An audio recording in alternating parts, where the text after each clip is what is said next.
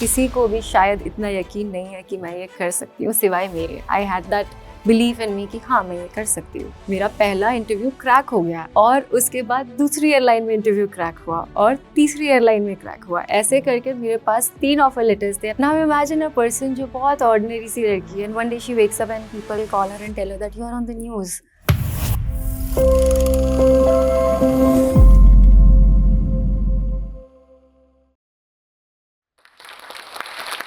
Hello दोस्तों, मेरा नाम आयत है। मैं एक कैबिन क्रू थी और अब एक सोशल मीडिया क्रिएटर हूँ।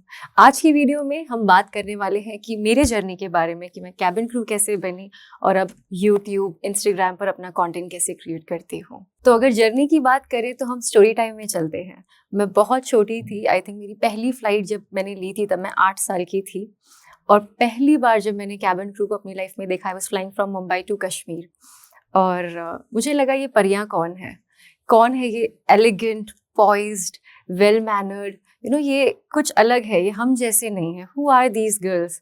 और मैंने पूरी फ्लाइट उन्हें बस आंखें ऐसे नीच कर देखा कि अच्छा ये कर रहे हैं, ये हमें सर्व कर रहे हैं। दे वर वेरी काइंड और उनका एक इम्प्रेशन मुझ पे छूट गया। Through out my school, college मुझे ऐसे याद था कि हाँ मुझे लाइफ में इनकी तरह बनना है। नॉट एग्जैक्टली मुझे शायद ये भी नहीं पता था कि मैं कैबिन क्रू बनने वाली हूँ, बट मुझे लगता था कि मैं ऐसे कुछ करूँगी अपनी लाइफ में जो मेरी प्रोफेशनल ग्रोथ को एनहेंस करे और उनकी तरह मैं चीज़ें कर पाऊँ अपनी लाइफ में। फिर चलते हैं कॉलेज की तरफ। कॉलेज में मैं बहुत ही ज़्यादा इनहेरेंटली कॉन्फिडेंट थी। कुछ साल तो ऐसे थे जहाँ पर हर जगह पार्टिसिपेट करना, हर चीज़ों में इन्वॉल्व होना मुझे अच्छा लगता था। हमें तब ये नहीं पता था कि सॉफ्ट स्किल्स कितनी इंपॉर्टेंट है या क्या होती है। उस वक्त हमें सिर्फ जोश होता है, पार्टिसिपेशन करनी होती है, but we are not very prepared for the journey जो आने वाली है लाइफ में। मैं भी प्रिपेयर्ड नहीं थी। हमारी कॉलेज ने एक मेंटोरशिप प्रोग्राम रखा था उस वक्त, जिसका नाम ही सॉफ्ट स्किल्स कम्युनिकेशन ट्रेनिंग था। तो 3 दिन की वर्कशॉप थी और उन 3 दिनों में हमें कम्युनिकेशन स्किल्स, सॉफ्ट स्किल्स बताई जाने वाली थी। उसके पहले तक मुझे नहीं आइडिया था कि लाइफ किस तरह से चेंज होने वाली है। आई मीन कम्युनिकेशन से किसी की लाइफ कैसे बदलेगी, राइट? हमें ऐसे उस वक्त लग रहा था। और luckily I saw an advertisement उस टाइम पे जहाँ पर कैबिन क्रू की हायरिंग भी होने वाली थी। You are the next star in the sky. और मुझे ऐसे था कि am I the next star in the sky? ये तो वही वाला ड्रीम है जो मैंने बचपन में देखा था। लेकिन अब वक्त गुजर चुका था, बट फॉर्चुनेटली 3 दिन की वर्कशॉप होने वाली थी जहाँ पर हम अपनी सॉफ्ट स्किल्स को करने वाले थे, सीखने वाले थे। फिर मैं मिली अपने मेंटोर से और हमारी बातें हुई। मैंने उनसे शेयर किया कि मैं कैबिन क्रू बनना चाहती हूँ and he was like you already are, you have it in you. और मुझे लगा कि कैसे पकड़, आप मुझे ये एक्सप्लेन कीजिए कि किस तरह से जाना होगा, क्या एक्चुअली मैं उस तरह से हूँ? वो लड़कियां तो कितनी अलग होती हैं, कितनी पॉइज्ड होती हैं, do I have it in me? और उनके लिए ये था कि you just have to polish yourself. ये सारी स्किल्स सीखी जा सकती हैं। हम और आप कुछ अलग नहीं है, वो और आप कुछ अलग नहीं है। You just have to feel that confidence in you. और आप अपनी लैंग्वेज, आप जिस तरह से बात कर रहे हैं, जिस तरह से खड़े हैं, जिस तरह से ड्रेस्ड अप है, ये सारी चीज़ें आपको उस जैसा बनाएंगी। तो वो हमने फिर 3 दिन में वो जो सेशन था वो मैंने बिल्कुल अच्छी तरह से किया। It wasn't just plan for cabin crew, again it was a soft skill communication training mentorship for everyone in the college. But मैंने उसे अपने लिए यूज़ किया। मुझे ये लगता था कि चाइल्डहुड वाली आयत को अगर पता होता कि ये स्किल्स वो सीख लेगी, अपनी इंग्लिश सुधारेगी, अपने बोलने का स्टाइल, अपनी बॉडी लैंग्वेज अगर बदल लेगी, तो फिर वो ये कर सकती है। जिस तरह मैं आप सबके सामने आज कॉन्फिडेंटली खड़ी हूँ। शायद आयत बचपन में उतनी कॉन्फिडेंट नहीं थी, but she is now proud of herself, all because of the language, all of the things which I learn in my journey. तो ये तो हमारी सॉफ्ट स्किल्स की बात हो गई, उस पर हम बाद में आएंगे। इंटरव्यू कैसे क्लियर किया मैंने, ये सबसे ज़्यादा इम्पॉर्टेंट बात है। तो मैंने सबसे पहले तो अपनी फैमिली को बताया कि ये इंटरव्यूज़ आ रहे हैं और मैंने अपनी तैयारियां पूरी की है कॉलेज में। तो मैं बस चाहती हूँ कि आप मेरी इतनी सी हेल्प कर दें कि मुझे फॉर्मल ड्रेसेस लेने हैं जो मैं पहन के इंटरव्यू में जा सकूँ। और मुझे ये क्लियर, अगर मैंने कर लिया तो अच्छी बात है, नहीं किया तो लाइफ में रिग्रेट तो नहीं रहेगा कि मैंने ट्राई नहीं किया, क्योंकि मैंने मेहनत तो की है 3 दिन।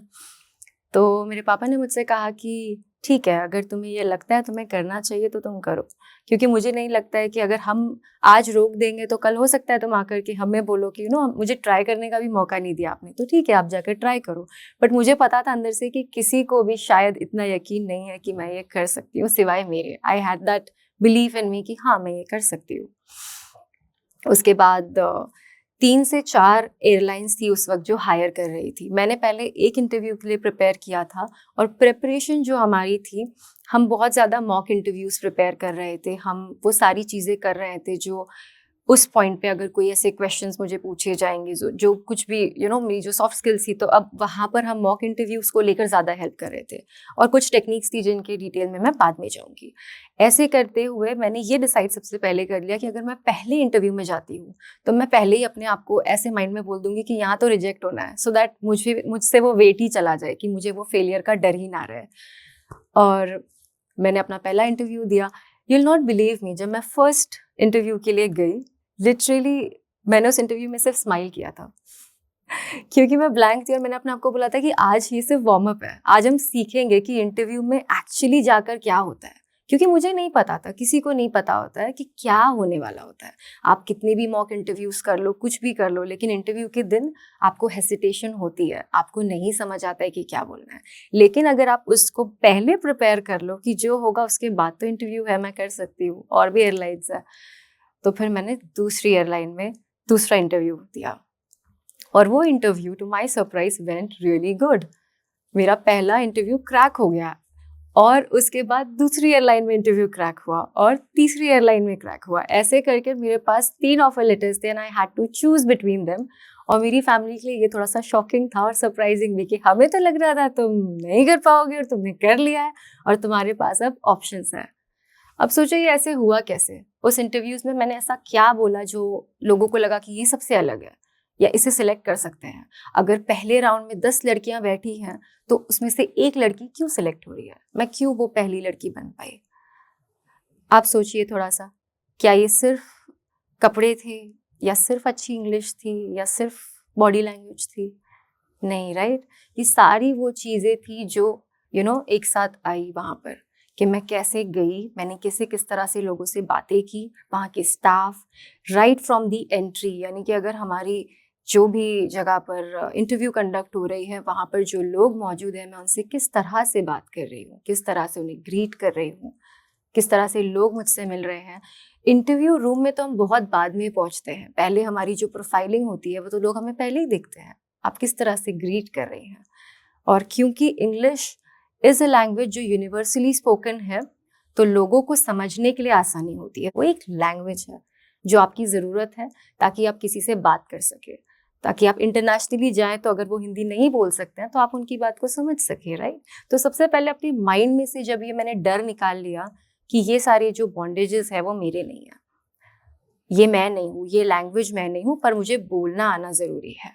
ये जो कपड़े मैंने पहने हैं, this is required for a place. जैसे हम शादी में जाते हैं तो हमें लहंगा पहनना होता है, तो जब हम किसी इंटरव्यू के लिए जा रहे हैं तो हमें वेल ड्रेस्ड होना होता है ताकि हम उस तरह से अपने आप को प्रेजेंट कर सके, राइट। सो ये सारी चीज़ें जब मिलकर इंटरव्यू में आई, और जब वो पिंच ऑफ कॉन्फिडेंस, ना ज़्यादा ओवर कॉन्फिडेंस ना ज़्यादा under confidence, it was more like कि ठीक है, this is me, and I want to work on myself, and I want to be better.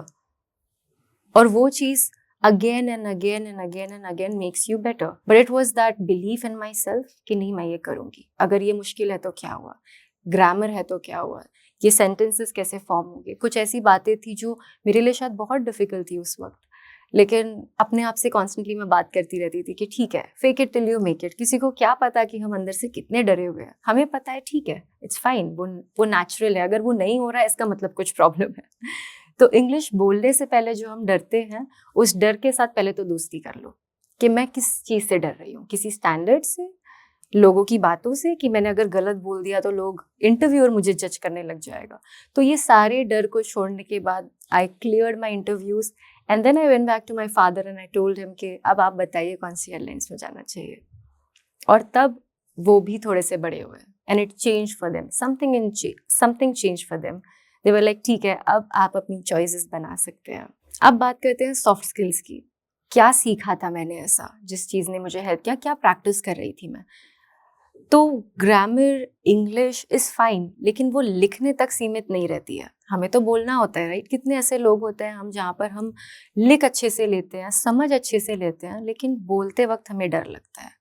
और बोलना ऐसी चीज़ है कि वो हमारी जो टंग है वो हमेशा या तो हम फंबल कर जाते हैं या सोचते कुछ है बोलते कुछ है, या बोलने से पहले इतना ज़्यादा सोच लेते हैं कि बोलने के बाद तो कुछ और ही निकलता है।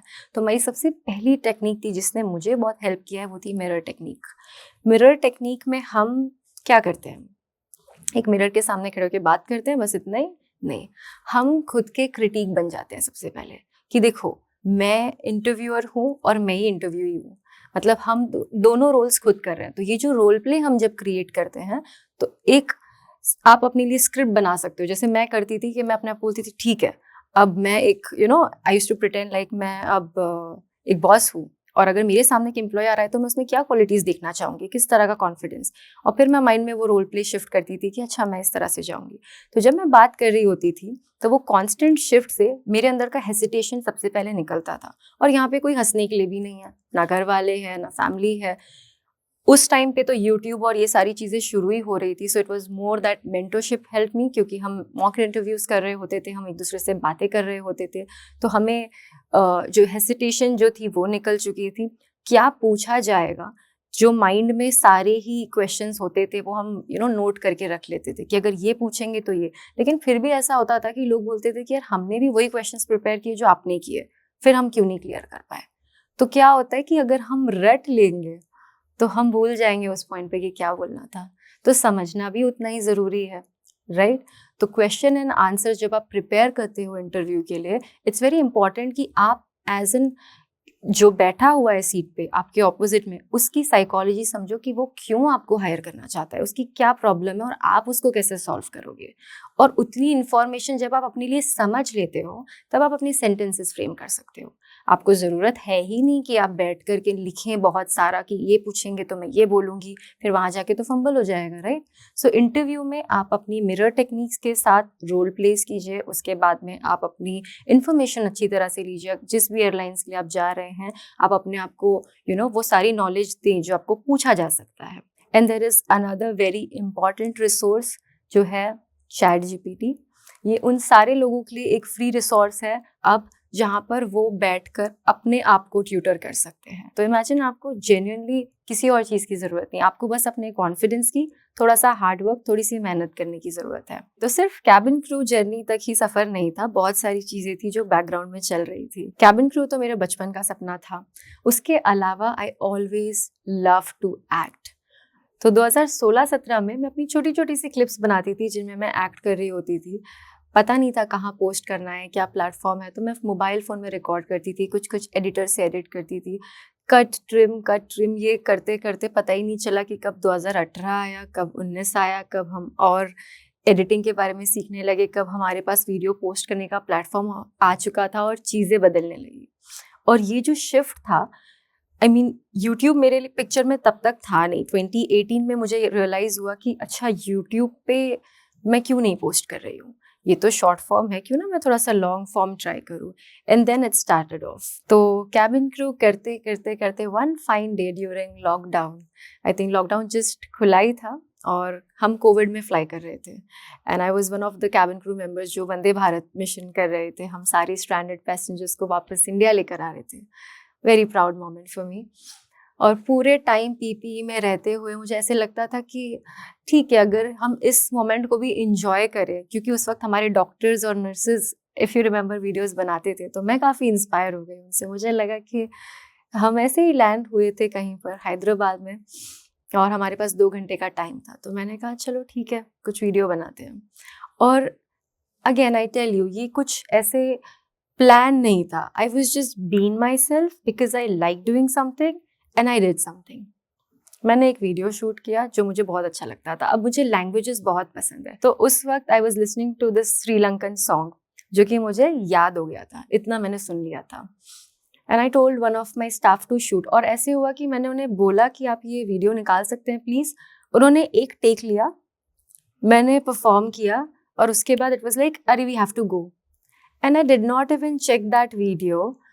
And I happened to go home. And then I check it, I am like ठीक है, let me post it, I post it and I forget about it.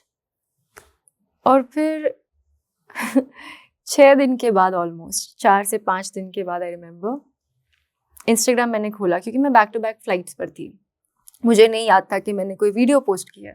तो मुझे रियलाइज़ होता है कि मेरी वीडियो 1 मिलियन पर जा चुकी है। तो मैंने कहा ये तो मैं पहले से कर रही थी, but this is something new to me. And I was like okay, ठीक है, 13 मिलियन हो गए। तब मुझे लगा ये तो कुछ सीरियस हो रहा है, मतलब ये क्या हो रहा है मेरे साथ। और 13 मिलियन के दूसरे दिन न्यूज़ चैनल्स पर ये न्यूज़ थी।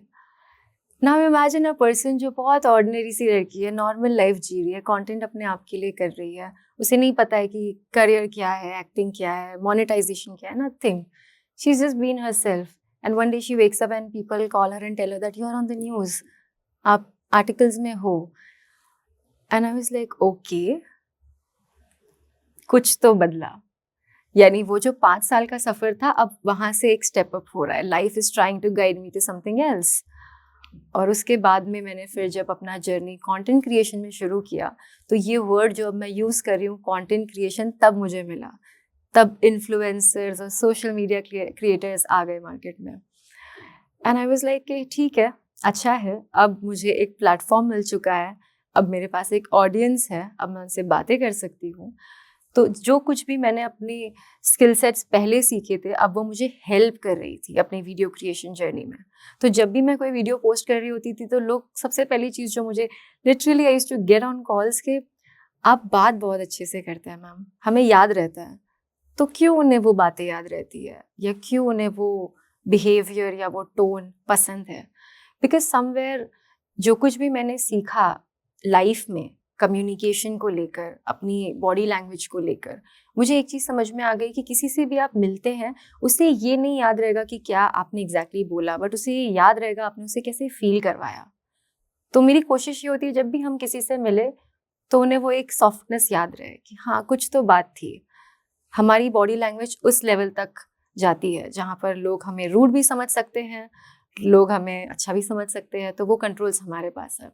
और कंटेंट क्रिएशन का जो जर्नी अब तक रहा है, wherein I really want to help all the underprivileged girls, जहाँ पर जिनके पास एजुकेशन नहीं है, जहाँ पर जो लोग सीखना चाहती हैं, इंग्लिश बोलना सीखना चाहती हैं, बहुत सारी चीज़ें ऐसी हैं जो हर किसी के पास अवेलेबल नहीं है।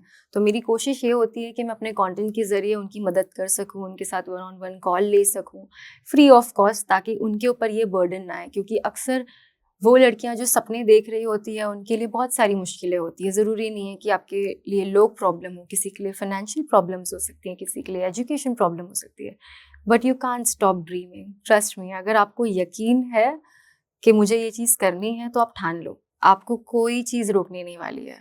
Like literally be prepared for the best, I am promising you. तो जो भी लोग यहाँ बैठे हैं, मुझे नहीं पता आप लोग अपनी लाइफ में इस वक्त किस पॉइंट पर होंगे। हो सकता है शायद आपके एग्जाम्स चल रहे हो सकता है अभी आप किसी और चीज़ के लिए प्रिपेयर कर रहे हो, किसी नेक्स्ट इंटरव्यू के लिए, किसी के घर में शायद कोई ऐसी प्रॉब्लम हुई होगी जहाँ पे आपको लग रहा होगा कि इससे तो मैं कभी बाहर नहीं आ सकता। या कोई ऐसा भी हो सकता है जो सोच रहा होगा कि मैं क्या करूँ, और वो वीडियो ये देख रहा होगा कि मुझे थोड़ी सी मोटिवेशन मिल जाए, या थोड़ा सा मेरा माइंड डाइवर्ट हो जाए कि मुझे पता चल जाए मुझे क्या करना है। तो मुझे बस यही कहना है आपसे कि आप जो कुछ भी इस वक्त कर रहे हो या करना चाहते हो, एक पेन और पेपर लेके बैठ जाओ और अपने थॉट्स को लिखो। ये नहीं कि आप 5 साल बाद कहाँ होंगे, आप छोटे से शुरू करो। कल मुझे क्या करना है, इस वीडियो के बाद मैं क्या करने वाला हूँ। क्योंकि ये छोटी छोटी चीज़ें जो है ना, ये हमें अपने गोल तक लेके जाती है। सपने तो हम देखते हैं, सपने देखना बहुत अच्छी बात है, लेकिन उस पर हमें काम भी तो करना है।